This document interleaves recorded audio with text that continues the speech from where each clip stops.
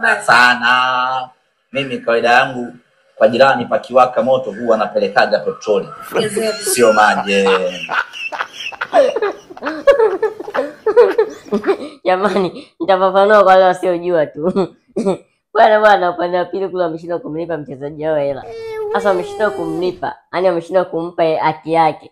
Kwa hiyo amediai hapa anapiga majungu yake. Sikiliza utacheka mpaka mwenyewe utaona wewe semaji ni mmoja tu. Sikiza mambo yake majungu ya semaji.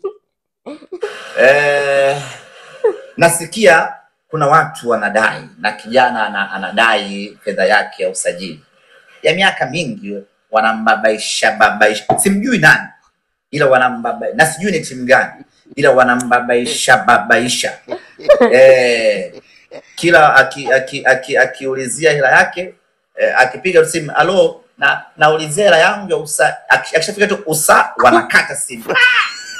Alafu wanaweka kindege, akipiga tena haipatikani, baadaye wanamblock, wakikutana uso kwa uso, akitaka kuulizia tu sasa cheza kwanza, unajua wewe bado kijana mdogo, unatakiwa kukua, napewa matumaini ya kukutanyonya kesho. Wewe bado kijana mdogo, usijiingize kwenye haya mambo, fedha nyingi zitakuja baadaye, wewe cheza kwanza. Unaona wenzio? Hiyo sauti ya nani?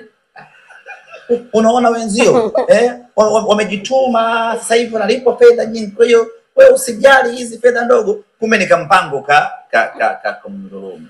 Sasa kijana amechoka ahadi hewa, akaamua kwenda kushtaki kwenye mamlaka husika. Baada ya kwenda kushtaki akalipwa hapo hapo. Pesa ikaingia. Sasa hii inakupa tafsiri kwamba hawa watu walikuwa na nia ovu ya kutaka kumdhulumu huyu kijana, sababu hela walikuwa nayo.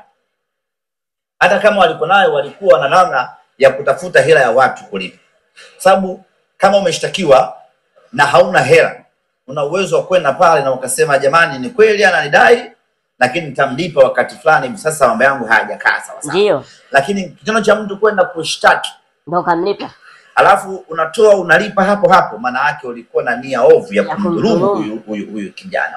Yaani mara nyingi wanaopitia misukosuko hii ni vijana wa Kitanzania. Sasa unaona kabisa ni mpango wa makusudi wa kuwadhulumu hawa vijana. Sasa sisi hatuwezi kukaa kimya, japo sijui nani anayedai na kudaiwa. Hatujui. Japo sijui nani anayedai na kudaiwa, lakini hii trend ipo na hatuwezi kuifumbia macho. Na mimi niwaambie hawa vijana wasidanganyike kwamba unajua usijali.